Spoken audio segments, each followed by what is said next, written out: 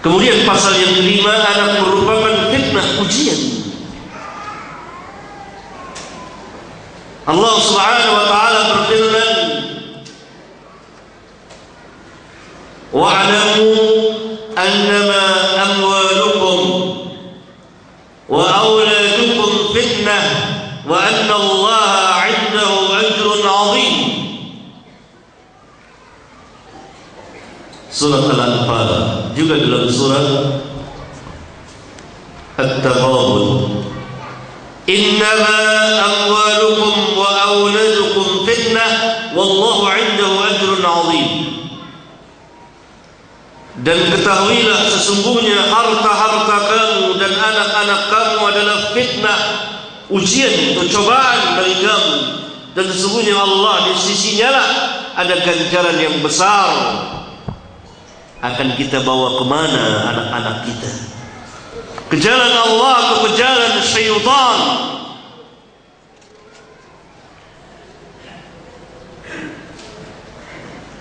Segala apa yang ada pada anak merupakan ujian, hatta kenakalannya. Nabi SAW lagi berceramah di hadapan para sahabat, berkhutbah. Tiba-tiba datang Hasan dan Husain, cucu beliau, bermain di bawah mimbar, nakal sampai tersungkur jatuh. Maka Nabi SAW mengucapkan sadaqallah, benarlah apa yang Allah firmankan. Kemudian beliau membaca ayat ini, anak-anak kamu adalah fitnah ujian. Saya tidak sabar, yakni melihat anak-anak ini bercanda, lari sana, turun, diputuskan khutbahnya, diambil dulu anak ini. Lihat perhatian yang demikian besar, dan menunjukkan tanggung jawab orang tua, dan orang tua diuji. Dan untuk itulah para orang tua insyaallah diberi ganjaran yang besar oleh Allah Taala. Dan anak-anak itu nanti pada hari kiamat jadi tabir, hijab antara dia dengan api neraka. Allahu Akbar, alangkah besar jadi hijab yang menutup orang tuanya agar tidak masuk ke dalam neraka. Memang ujian sampai anak-anak itu. Tapi luar biasa Nabi yang mulia sallallahu alaihi wasallam, Sayyidul Anbiya wal Mursalin. Sadaqallah ketika Allah berfirman, wa ma arsalnaka illa rahmatan lil alamin. Tidak kami utus engkau melainkan untuk menjadi rahmat bagi sekalian alam. Terjulahlah rahmat dan kasih sayang beliau kepada anak-anak itu. Jadi anak-anak dalam Islam luar biasa. Kemudian pasal yang ke-6 ini saya ambil judul kitab dari hadis ini. Anak merupakan buah hati orang tua. Bagaimana mungkin orang tua membenci anaknya? Ini menyalahi kodrat yang menjadi tabiat, menjadi fitrah yang Allah telah tetapkan, bahwa setiap anak adalah kesejukan pandangan orang tua dan menjadi buah hati orang tua. Karena itu Allah Subhanahu wa taala murka, marah kepada orang-orang tua yang membenci anak-anaknya, anak-anak buah. Saya kira kita semua tahu apa yang namanya buah hati, tersimpan di sini, di hati. Ini firman Allah Tabaraka wa Ta'ala. Abu Musa Al-Ash'ari meriwayatkan dari Nabi sallallahu alaihi wasallam, dia berkata, anna Rasulullah sallallahu alaihi wasallam qala, sesungguhnya Rasulullah sallallahu alaihi wasallam telah bersabda, idza mata waladul 'abdi qala Allah li malaikatihi qabattum walad 'abdi apabila mati anak dari seorang hamba, maka Allah berfirman kepada para malaikatnya, kamu telah cabut anak dari hambaku. Fayaquluna, maka malaikat menjawab, na'am. Fayaqulu, Allah berfirman, qabadtum thamarata fuadi, kamu telah ambil buah hatinya. Allah lah yang menamakan anak itu buah hati. Setiap orang tua pasti akan sayang dan anaknya ada di hatinya, mempunyai tempat tersendiri di hatinya. Kita hidup di zaman yang penuh dengan kekerasan, yang hati lebih keras dari gunung itu sendiri.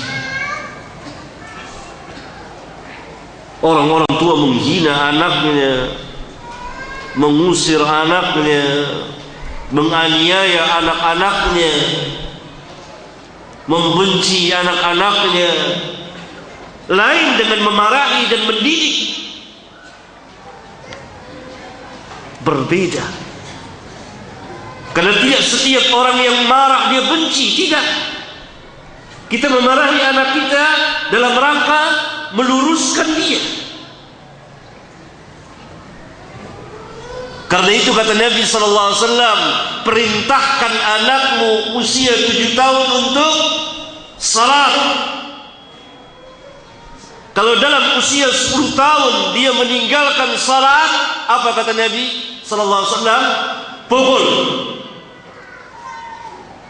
Lita'dib, pukulannya lita'dib, untuk mengajarkan. Beda dengan penyiksaan, beda dengan penganiayaan. Tapi membenci, tidak menyukai, apalagi dengan disertai keyakinan-keyakinan klinik-klinik, mistik-mistik. Gara-gara anak ini lahir saya jadi bangkrut, anak ini lahir, wah kesian. Sebagaimana sebagian atau semua kita telah mendengar, ini menganggap sial terhadap sesuatu, at-tiyaratu syirkun, menganggap sial terhadap sesuatu syirik.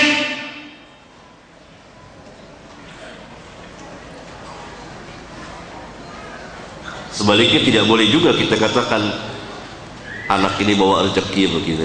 Nggak bisa, karena yang memberikan rezeki Rabbul Alamin. Sebagian dari kita asal jadi. Nah, pasal yang ketujuh, anak adalah bagian dari usaha orang tua. Yang terbaik dari usaha orang tua adalah anak. Kita punya usaha ini, punya usaha itu. Yang terbaik adalah anak. Karena anak kan tidak muncul begitu saja di depan kita. Tidak. Ada usaha. Nikah, kemudian selanjutnya, lalu dengan izin Allah lahir anak. Semuanya atas kehendak Allah, tetapi ada jalan, ada usaha. Kita punya perusahaan ini, perdagangan ini, usaha yang kita sayang, takut bangkrutnya, tapi kita tidak takut kebangkrutan anak. Padahal ini sebaik-baik usaha kita. Perhatikan hadis Nabi, halaman 28, pasal yang ke-7. Anak adalah bagian dari usaha orang tua. Nabi SAW bersabda, inna min atyabi ma akala ar-rajulu min kasbihi wa waladuhu min kasbihi. Sesungguhnya sebaik-baik yang dimakan oleh seseorang adalah dari hasil usahanya. Makan dari hasil usaha itu yang terbaik. Jangan menadahkan tangan kepada manusia. Makan dari hasil usaha sendiri itu yang terbaik.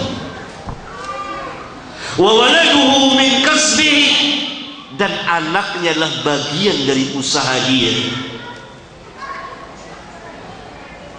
Ini hadis sahih. Saya terangkan di sini, dikeluarkan oleh bulan-bulan, bisa dibaca. Dalam lafaz yang lain, hadis ini diriwayatkan dari jalan Sayyidah Aisyah radhiyallahu taala anha, an Nabi sallallahu alaihi wasallam annahu qala waladul rajul min kasbihi min atyabi kasbihi fakulu min amwalihim.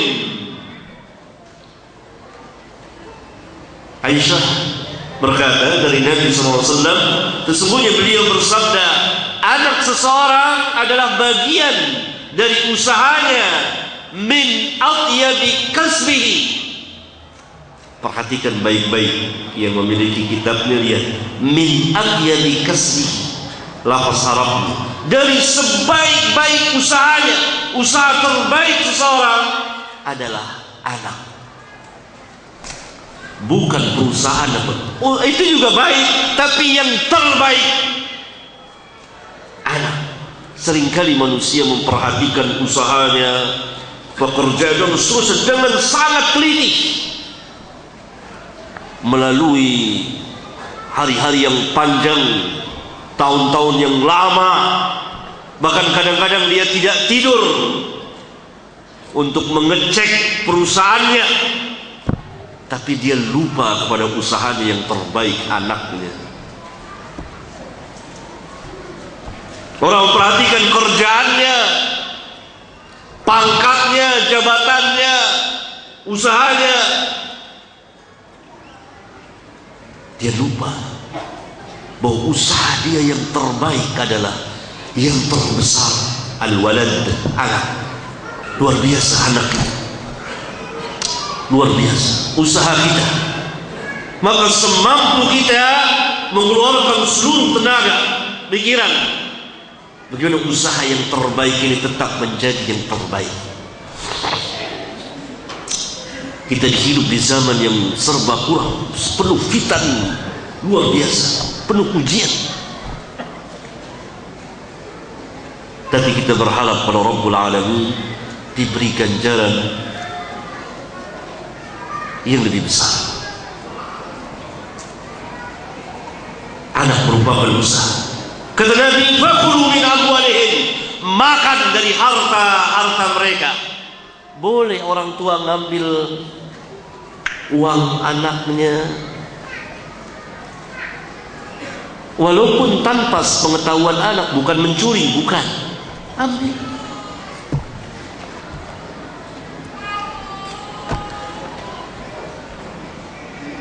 Kalau dia datang ke rumah anaknya, mungkin anaknya lagi di kantor, dia butuh uang, dia tanya kepada istrinya, di mana suamimu nyimpan uang? Kalau dia bisa, anak boleh, bapak boleh, makan, usaha dia. Tentunya bapak yang arif, bapak yang bijak, bapak yang saleh, dan ibu yang salehah tidak seenaknya mengambil demikian. Tentu dia melihat, kan sekedar hajat dia,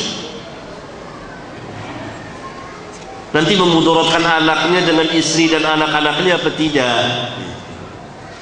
Dan bapak yang sebenar-benar bapak dan ibu yang sebenar-benar ibu pun berlaku seperti itu. Tentunya menarik, dalam hadis yang lain, ada seorang laki-laki datang kepada Nabi SAW. Dia berkata, ya Rasulullah, inna li malan wa waladan wa inna walidi yajtahu mali. Wahai Rasulullah, sesungguhnya saya mempunyai harta dan anak, dan sesungguhnya bapakku telah mengambil hartaku. Tidak semuanya, ini bagian dari diambil bapaknya. Apa jawab Nabi SAW? Anta wa maluka liwalidika, engkau dan hartamu milik bapakmu.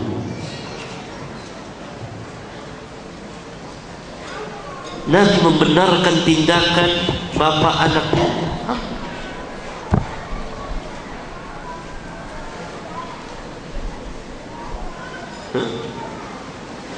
Tentunya tadi saya katakan bapak yang saleh, bapak yang baik, tentu dia diambil, lihat mobil diambil, lihat rumah diambil, lihat tanah diambil. Itu kan akan memudaratkan anaknya sendiri. Itu sekedar hajat dia. Dia butuh uang. Kalau dalam jumlah besar, tentu kan dia bilang dulu kepada anaknya. Kalau anaknya dia kasih, bawakan hadis ini, anta wa maluka liwaladika. Bapak yang hadir di sini, yang anaknya kaya-kaya, tapi pelit atau susah atau takut sama istrinya, anta wa maluka liwalidika. Lihat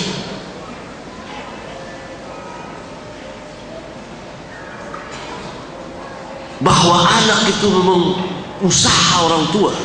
Karena itu yang diamalkan anak yang saleh, mengamalkan amalan khair, amal ta'at, maka orang tua akan mendapat ganjarannya.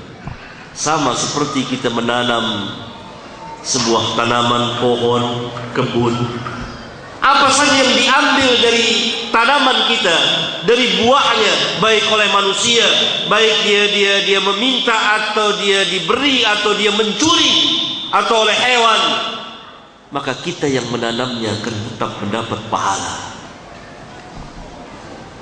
Itu menanam pohon buah. Bagaimana dengan menanam anak?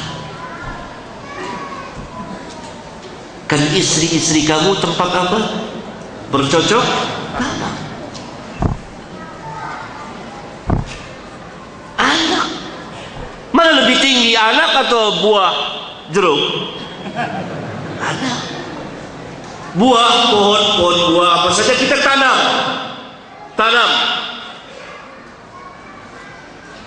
Apa saja yang diambil dari buah itu, dari pohon itu, maka kita yang menanam mendapat pahala sampai hari kiamat. Bagaimana dengan anak?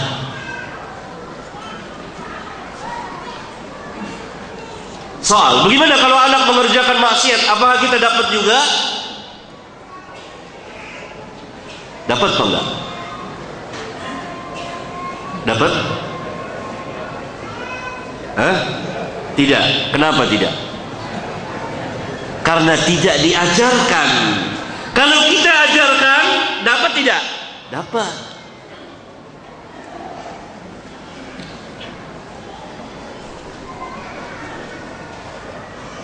Ada usaha yang besar sekali. Lihat, ini baru 7 pasal kita lalui tentang anak. Luar biasa. Tidak ada pada ajaran yang lain. Sayang, kita tidak mengenal atau kurang paham tentang agama kita. Ini antara Islam dengan anak, Islam dengan tauhid, Islam dengan ibadah, Islam dengan hukum, Islam dengan jual beli dan seterusnya. Lengkap ajaran Islam.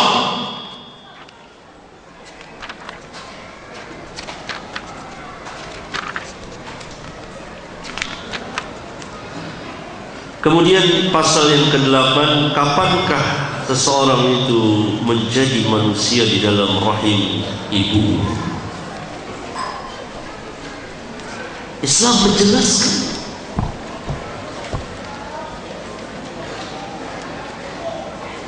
agar tidak seenaknya menggugurkan kandungan.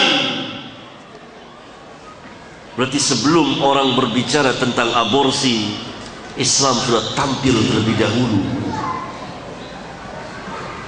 Menggugurkan kandungan setelah ditiupkan ruh adalah pembunuhan sebelum orang lain berbicara.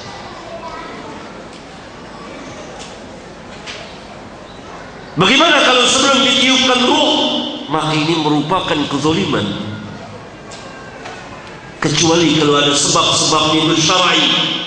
Apabila sebelum ditiupkan ruh, menurut pemeriksaan dokter yang siqah pada agama dan ilmunya, terutama pada ilmunya kalau dia bukan orang di luar Islam, kalau dilanjutkan kehamilan ini akan mematikan ibunya,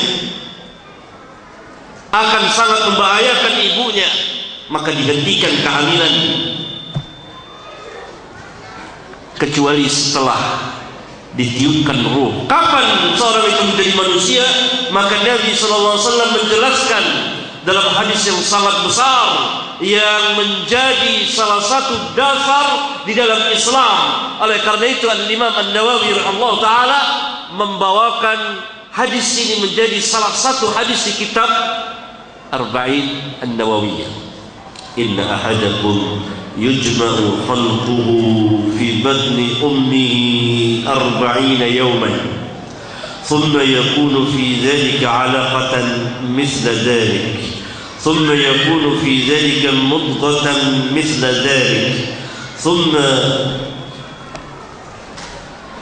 yursalu al-malaku fayanfukhu fihi ar-ruh wa yu'maru bi 4 kalimatin بكتب رزقه وأجله وعمله وشقي أو سعيد. Abdullah bin Mas'ud berkata, telah menceritakan kepada kami Rasulullah sallallahu alaihi wasallam,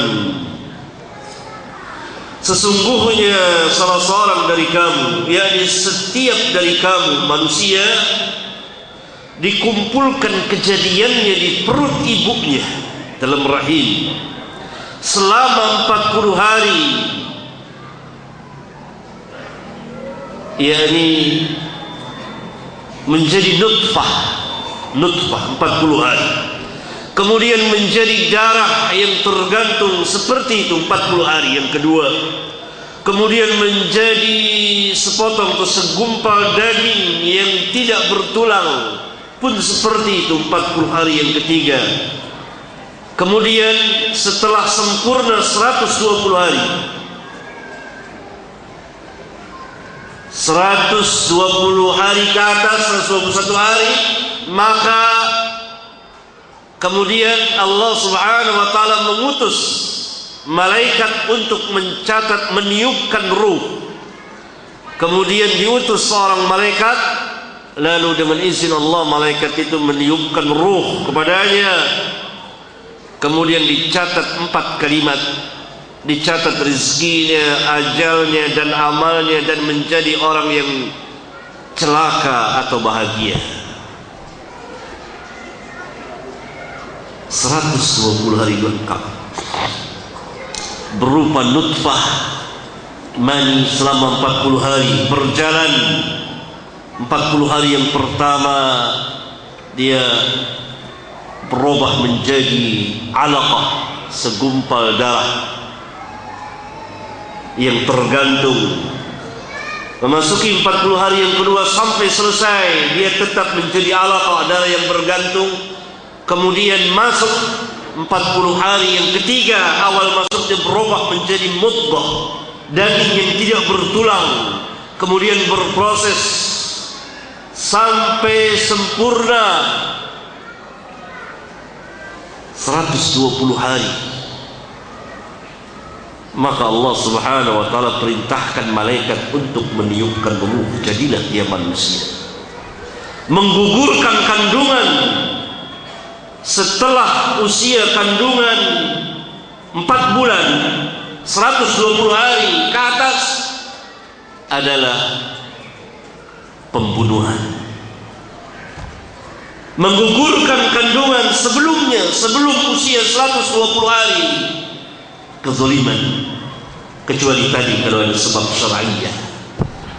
Berarti Islamlah yang pertama berbicara tentang aborsi.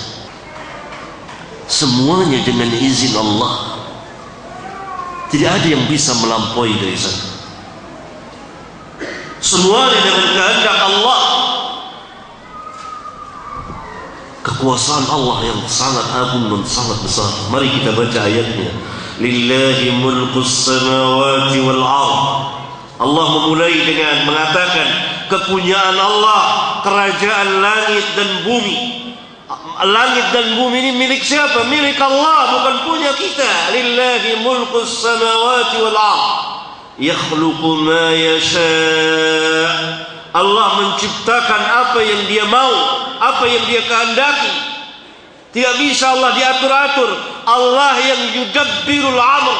yang mengatur segala urusan, mengatur alam semesta ini, mengatur langit dan bumi dan apa yang ada di antara langit dan bumi. Yakhluqu ma yasha. Kemudian setelah menjelaskan kekuasaannya dan Allah lah yang memilih, Allah yang berkehendak. Walaupun dia berharap punya anak, tidak punya anak, dia tidak punya anak. Dia berharap punya anak laki, kata Allah, tidak punya anak laki, tidak punya anak laki. Dan begitulah seterusnya. Pertama Allah jelaskan kekuasaannya. Langit dan bumi ini milik Allah. Allah yang menguasai semuanya. Yang kedua Allah katakan, Allah berbuat apa yang Allah mau. Allah ciptakan apa yang Allah mau. Maka pulangkan kepada Rabbul Alamin. Baru Allah jelaskan, yahabu liman yasha'u inatha. Allah memberikan kepada siapa yang Allah mau anak-anak perempuan. Allah memulai dari perempuan ketika orang-orang jahiliyah menghina, merendahkan anak-anak perempuan. Ketika para bapak merasa kurang enak, kurang senang mempunyai anak perempuan. Ketika anak-anak perempuan dikubur hidup-hidup pada zaman jahiliyah. Ketika orang merasa malu mempunyai anak-anak perempuan, maka Allah memulai dengan menyebut perempuan lebih dahulu. Ya subhanallah, karena semuanya adalah pemberian Allah. Allah memberikan anak-anak perempuan kepada siapa yang dia mau.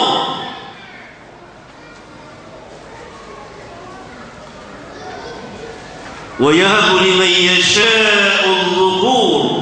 Dan Allah berikan anak-anak laki-laki kepada siapa yang Allah mau. Au yuzawwijuhum dhukranan wa inatha. Atau Allah berikan anak laki dan anak perempuan kepada siapa yang Allah mau. Wa yaj'alu man yasha'u 'aqima. Dan Allah jadikan siapa yang Allah mau menjadi mandul, tidak punya anak. Innahu 'alimun qadir. Sesungguhnya Allah Maha mengetahui, Maha kuasa. Anak adalah pemberian Allah Jalla wa'ala. Kemudian saya lanjutkan di pasal yang ke-10.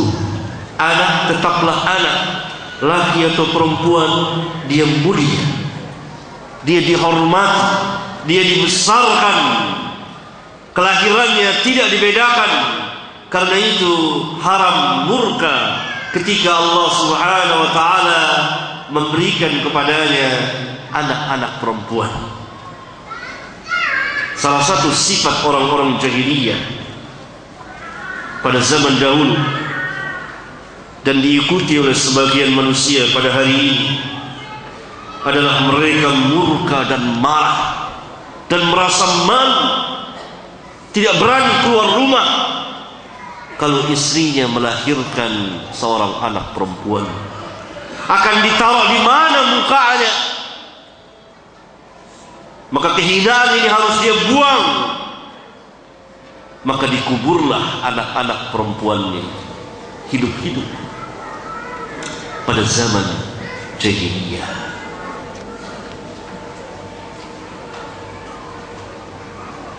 Suami-suami marah-marah kepada istrinya yang setiap melahirkan anak perempuan. Siapa yang mempunyai kekuasaan? Ini kan kejahilan dari seorang suami. Kalau lahir anak perempuan dia marah kepada istrinya. Istrinya kah yang menciptakannya? Ya subhanallah, tidak ada yang lebih jahil dari ini. Para mertua marah-marah kepada mantu karena mantu perempuannya melahirkan anak perempuan, sedangkan dia mengharapkan anak laki-laki. Tapi diharapkan dari wanita itu juga. Wanita itu Allah sudah takdirkan yang lahir perempuan. Islam memberikan jalan keluar, nikah lagi. Suruh anaknya nikah dengan anak lain. Itu usaha. Nanti barangkali anak laki. Jangan dimarahi, yang ini memang perempuan semua, Allah sudah takdirkan itu. Bukan mantunya dimarahi, diperintah anaknya tanpa membenci mantunya ini, karena cucu perempuan, cucu laki. Sifat jahiliyah. Karena itu pada zaman jahiliyah tidak aneh orang melihat suara anak perempuan kecil, kanak-kanak diseret oleh orang tuanya sambil nangis untuk dikubur hidup-hidup. Karena itu Allah meninggikan wanita. Ketika manusia merendahkan wanita,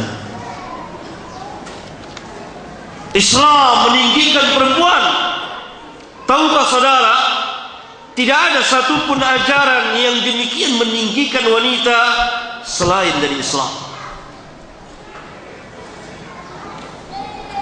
Ajaran di luar Islam, kalau berbeda agama, misalnya dia anaknya di satu agama, ibunya di lain agama, maka ibunya tidak diaku lagi. Islam tidak. Wasahibhuma fid dunya ma'rufa. Temani kedua orang tuamu di dunia ini dalam hal yang ma'ruf. Wa in jahadaka 'ala an tusyrika bi ma laysa laka bihi 'ilm fala tuti'huma wa sahibhuma fid dunya ma'rufa. Jika kedua orang tuamu mengajakmu untuk kufur, melakukan kesyirikan yang kau tidak memiliki ilmu, jangan taati keduanya, tetapi temani keduanya dalam kehidupan dunia dengan baik. Lihat, ibunya diusir. Kalau misalnya seorang anak muslim ibunya kafir, wajib dia menghormati ibunya. Ketika ibunya datang ke rumahnya, dia berlaku baik atau dia silaturahim. Ajaran Islam. Asma, yakni kakak dari Aisyah, datang kepada Nabi SAW bertanya, ibuku yang masih musyrikah datang kepadaku, bolehkah saya hubungi? Kata Nabi SAW, apa? Hubungi ibu. Ibumu hubungi. Demikian tingginya wanita-wanita pada zaman dahulu tidak dianggap sebagai manusia. Bahkan ketika raja-raja Romawi merendahkan wanita serendah-rendahnya, hanya dipakai untuk tontonan, terbuka pakaiannya dan seterusnya, para ahli filsafatnya sibuk memikirkan apakah wanita ini memang manusia atau binatang. Kalau dia manusia, apakah ruhnya memang ruh manusia atau ruh binatang? Sibuk memikirkan itu. Sementara kaisar-kaisar mereka menganiaya wanita, dijadikan tontonan, kesenangan belaka. Suruh dibuka pakaiannya atau setengah telanjang, menari-nari. Persis yang disaksikan pada hari ini. Itu kan kembali ke zaman dahulu. Tersiksa wanita. Datang Islam memuliakannya. Allah Subhanahu wa taala berfirman, lihat halaman 64, wa idzal mau'udatu su'ilat bi ayyi dzambin qutilat. Dan ketika anak-anak perempuan itu ditanya dengan sebab, dengan dosa apa mereka dikubur hidup-hidup, dibunuh. Berapa banyak anak-anak perempuan dikubur hidup-hidup pada zaman itu. Dan kemudian berapa banyak anak-anak yang dibunuh tanpa dosa. Apa dosa apa yang dia kerjakan sehingga orang-orang tuanya itu membunuhnya? Ada yang dilempar di got, ada yang dilempar di tong sampah, dan seterusnya. Kekejian orang tua. Allah katakan, wa idza busyira ahaduhum bil untha dhalla wajhuhu muswaddan wa huwa kadhim. Apabila salah seorang dari mereka diberi kabar gembira bahwa istrinya melahirkan anak perempuan, maka merah, padam, hitam mukanya, dalam keadaan dia marah. Gitu orang-orang jahiliyah. Kalau kita sebagai bapak, istri kita melahirkan anak wanita, kita kesal, perempuan lagi, marah. Kita mengikuti sifat orang jahiliyah, akhlak yang buruk. Seharusnya yang kita ucapkan, semoga Allah memberkahinya, semoga Allah memberkahinya. Senang. Seperti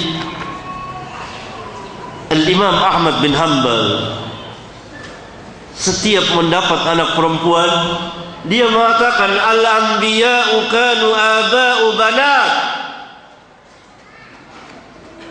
Para nabi itu adalah bapaknya anak-anak perempuan.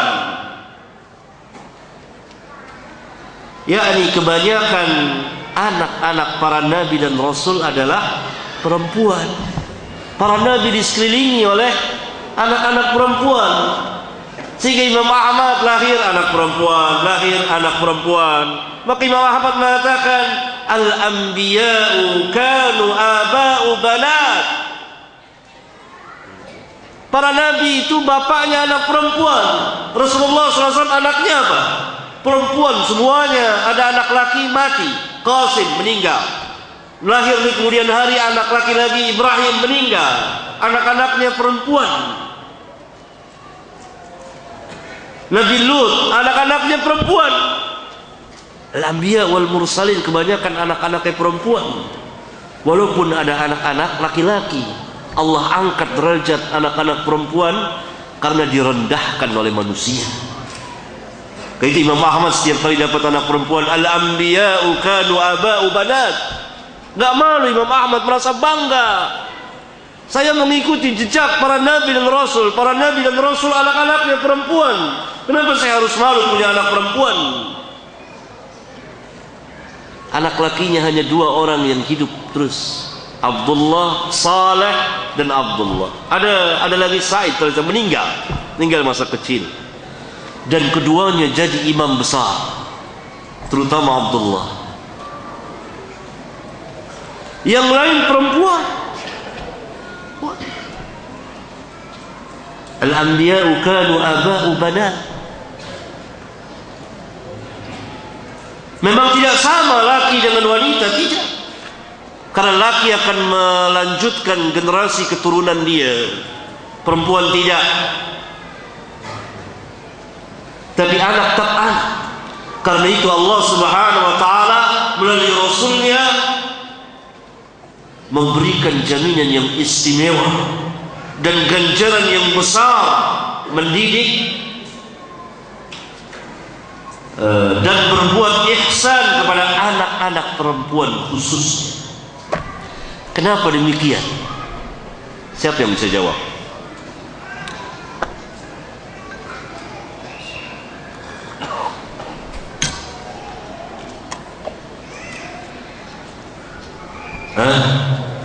Tunggu dulu jawabannya ya. Kita bacakan hadis Nabi SAW. Hadis yang pertama panjang sekali tentang seorang wanita yang begitu sayang pada anak-anaknya. Dan memang Nabi SAW sangat menyenangi terutama ibu-ibu yang sayang pada anak-anaknya. Nabi puji-puji sampai Nabi SAW mengatakan sebaik-baik wanita adalah wanita Quraisy. Kenapa? Salah satu keistimewaannya apa? Sangat kasih sayang kepada anaknya. Luar biasa. Itu menunjukkan perhatian Nabi yang besar. Sehingga Nabi SAW menyebut-nyebut sebaik-baik wanita adalah wanita Quraisy. Salah satu keistimewaannya adalah sangat penyayang kepada anaknya. Semua ibu tentu sayang sama anaknya. Tentu ada kelebihan khusus dari wanita-wanita Quraisy yang tidak dimiliki wanita yang lain.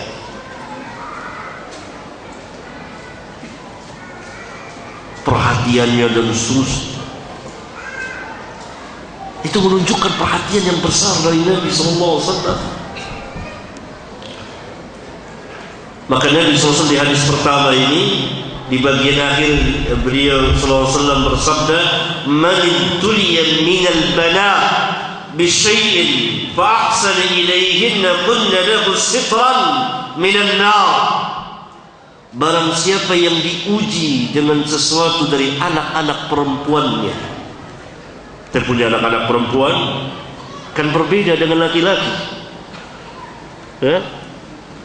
Perawatannya harus ekstra, perhatiannya harus ekstra dan seterusnya. Istausu bin nisa'i khairan. Berwasiatlah baik-baik dengan kaum wanita. Lalu dia berbuat ihsan, berbuat kebaikan kepada anak-anak perempuannya. Niscaya mereka anak-anak perempuan yang dididik dengan baik oleh orang tuanya akan menjadi tabir baginya dari api neraka. Ini hadis yang pertama, Bukhari dan Muslim. Hadis yang kedua, sabda beliau langsung, "Man 'ala jariyataini hatta tablugha jaa yaum al-qiyamah ana wa huwa wa dhamma asabi'ahu." Nabi SAW bersabda, barang siapa yang mendidik kedua anak perempuannya sampai balik. Ini bukan setelah balik dibiarkan, tidak. Niscaya dia akan datang nanti pada hari kiamat, aku dan dia, yakni bersama Nabi Sallallahu Alaihi Wasallam dekat. Kalau Nabi SAW telah bersabda, barang siapa yang mengkafil, menjamin, merawat anak yatim, akan bersamaku di surga seperti ini. Bagaimana dengan anak sendiri? Itu kan anak orang lain, anak adiknya, yang walaupun masih keluarga dia, atau anak yatim yang tidak ada hubungan famili dengan dia, sudah diberi ganjaran yang besar. Bagaimana kalau anak sendiri, anak dari sulbinya, dia rawat dan seterusnya, berbuat ihsan, diberi ganjaran yang besar. Hadis yang ketiga, man kana lahu thalathu banat wa sabara 'alayhin wa at'amahunna wa saqahunna wa qasahunna min jidatihi aydinahu kunna lahu hijaban minan nar yaum al-qiyamah. Yang artinya, barang siapa yang mempunyai 3 orang anak perempuan, lalu dia bersabar atas mereka dan memberi makan dan minum dan pakaian kepada mereka dari kekayaannya, dari hasil usahanya, niscaya mereka, anak-anak perempuan tersebut, menjadi hijab baginya dari api neraka nanti pada hari kiamat. Jumlah makin banyak, jumlahnya makin besar. Karena mendidik anak perempuan sangat sulit. Lebih sulit dari anak laki-laki. Dan kalau terjadi sesuatu, aibnya demikian besar bagi kita.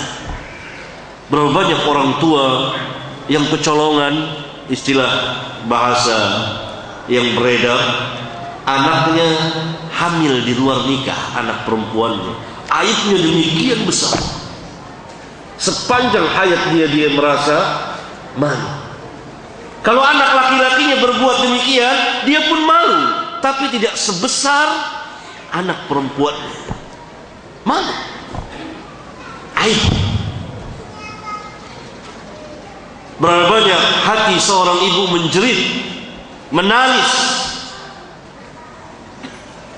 ketika melihat anak-anaknya keluyuran di waktu malam, keluar masuk diskotik, berkumpul dengan laki-laki. Allahu Akbar. Mau hidup bebas.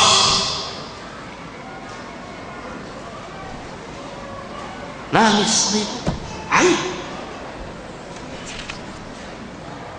Sangat sulit khususnya pada zaman kita. Karena itu kedekatan kedua orang tua sangat diperlukan, sehingga komunikasi lancar terutama terhadap ibu-ibunya, terhadap ibu. Karena bagi anak-anak perempuan tentu lebih banyak mencurahkan kepada ibu daripada ke bapaknya. Karena itu Rabbuna Azza wa Jalla menjanjikan ganjaran yang besar.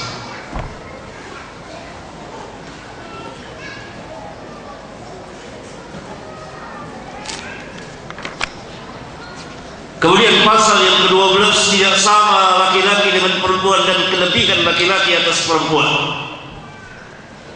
Allah Subhanahu wa taala berfirman, "Laisa dzakaru kal untha." Laki-laki tidak sama dengan perempuan, maka perkataan laki-laki dan perempuan sama saja dari sebatil-batil perkataan. Ada perbedaan. Fisiknya berbeda tidak? Beda. Semuanya beda. Hatta air kemihnya pun berbeda. Air kemihnya berbeda.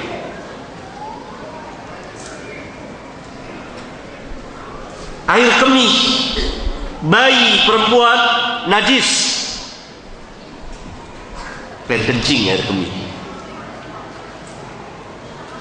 Air kencing bayi laki-laki tidak najis selama dia ASI, minum air susu ibu, kecuali telah disertai dengan susu yang lain baru najis. Air kencing dibedakan, apalagi yang lainnya.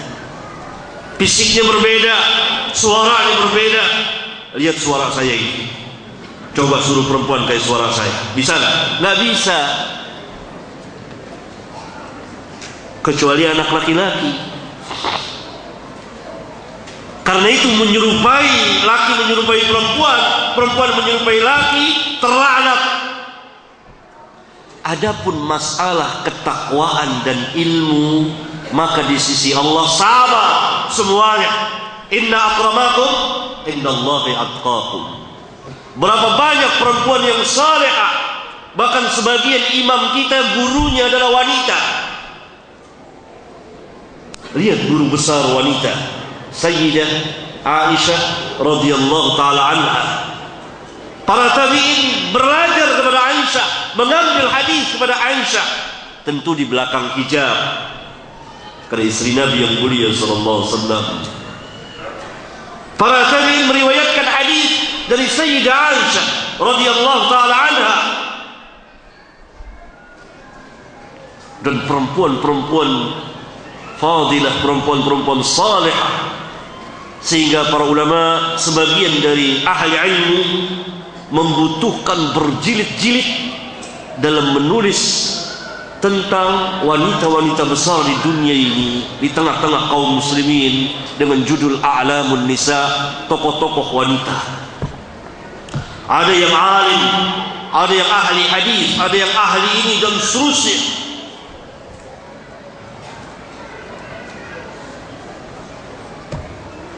Ya, ketakwaan dan ilmu sama di sisi Allah.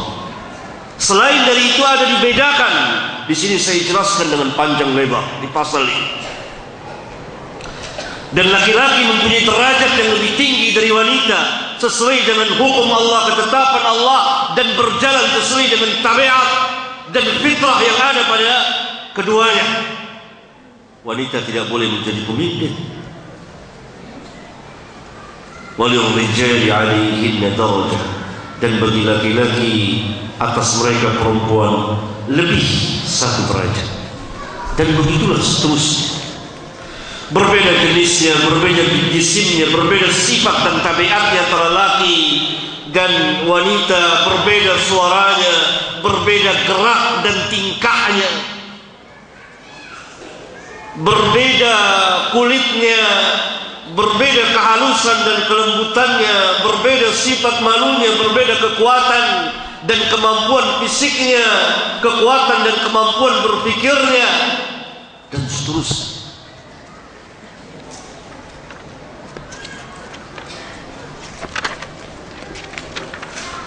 Kemudian pasal yang ke-13, bagaimanakah anak itu menjadi laki-laki atau perempuan dan serupa dengan orang tuanya dalam rahim.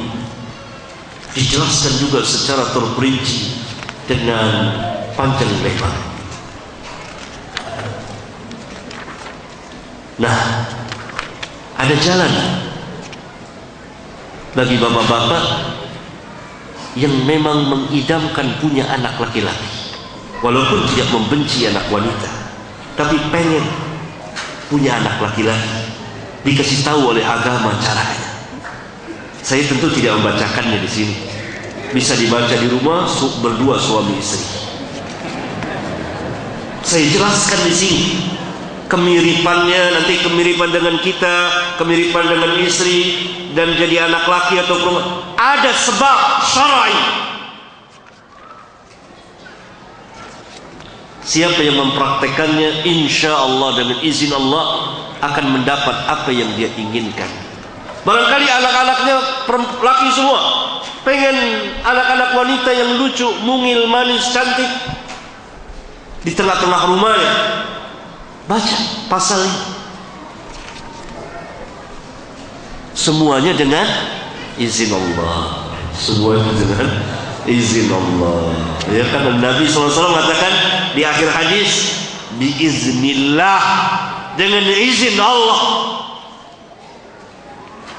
Saya tidak bacakan di sini karena anak-anak juga banyak hadir di hadapan kita, dari anak-anak kita.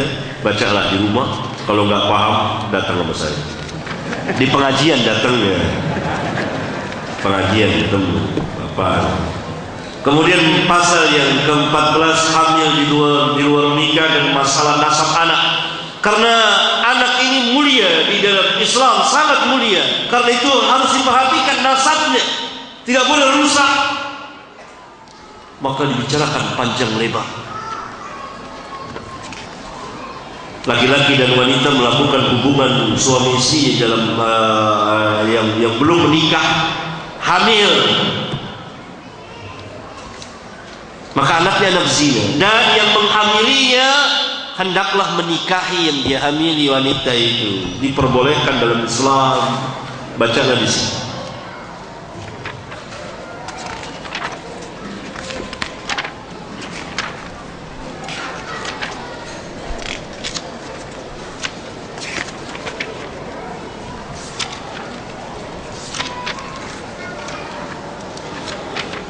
Kemudian pasal 15, keutamaan perempuan yang wafat ketika hamil dan melahirkan. Diberi ganjaran karena kehamilan dan melahirkan merupakan perjuangan besar dari seorang ibu. Wahanan ala wahanin, kelemahan di atas kelemahan. Karena itu seorang anak wajib hukum. Ketika Rasulullah SAW, siapa manusia yang paling berhak saya bersahabat kepada dia, berbuat baik? Ummuka, ibu. Siapa lagi? Ummuka, ibu. Siapa lagi? Ummuka, ibu. Thumma abaka, kemudian bapak. 3 kali. Ibu, perjuangan yang besar.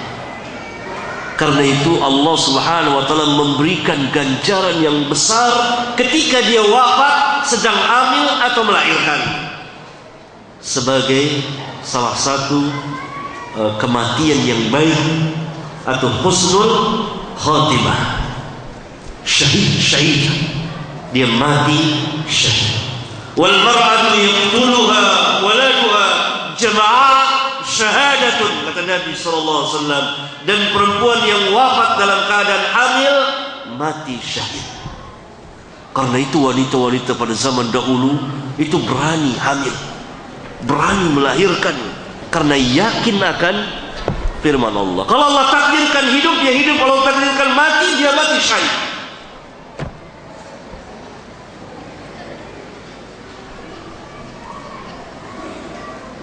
Kita hidup di zaman pemikiran semuanya sudah masuk, sudah rumit.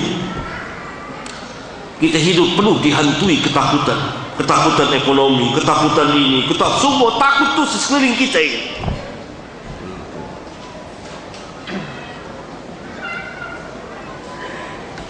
Bahkan anak-anak kita itu lebih takut kalau dengar setan daripada kita bilangin. Sahih ya? Sampai di sini saya tidak sanggup pada waktu. Bab yang kedua, ketika anak itu lahir, saya akan lanjutkan di muhadarah yang akan datang di masjid yang lain. Kalau saudara-saudara punya waktu silakan hadir. Saya akan lanjutkan terus sampai tuntas pembicaraan mengenai anak itu. Karena ini sebelum lahir semuanya, dan ketika lahir, telah lahir diatur demikian lengkap oleh Islam. Dan ketika sampai pada saatnya untuk pendidikan, maka diatur lagi oleh Islam tarbiyatul aulad.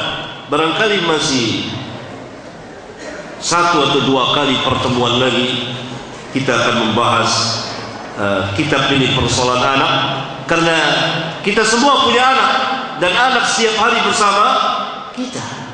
Karena itu perlu kita belajar walaupun sebagian saja.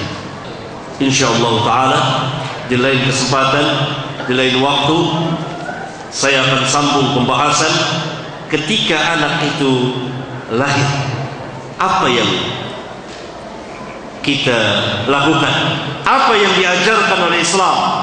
Selesai itu, bagaimana tarbiyatul aulad, pendidikan terhadap anak. Maka lengkaplah pembahasan sebagiannya saja. Sampai di sini semoga bermanfaat. Sudah masuk waktu zuhur, untuk siap-siap mengambil wudu. Sebentar lagi waktu zuhur. Subhanakallahumma wa bihamdika asyhadu an la ilaha illa anta astaghfiruka wa atubu ilaik. Wassalamu alaikum warahmatullahi wabarakatuh.